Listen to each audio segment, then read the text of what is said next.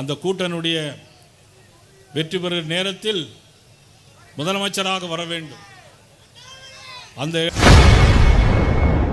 முதல்வர் வேட்பாளர் குறித்து பாஜக மாநில தலைவர் நயனா நாகேந்திரன் பேசும்பொழுது கூட்டத்தில் இருந்து அண்ணாமலை என தொண்டர் கத்தி உள்ளது அனைவரையும் நெகிழ்ச்சி அடைய செய்துள்ளது.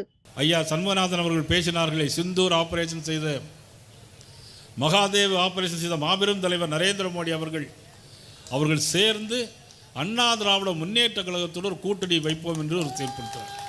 தேசிய ஜனநாயக கூட்டணி.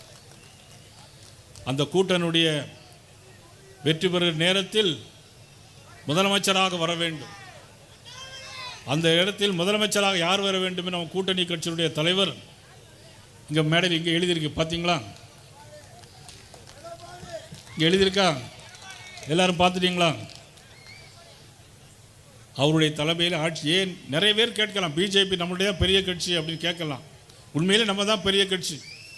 330 நாடாளுமன்ற உறுப்பினர்கள், 1003 சட்டமன்ற உறுப்பினர்கள் இருந்தாலும் கூட தமிழ்நாட்டில் உறுதியாக அவர்களை அப்புறப்படுத்த வேண்டும் என்பதற்காகத்தான் இந்த கூட்டை நாம் ஏற்பாடு செய்திருக்கிறோம்.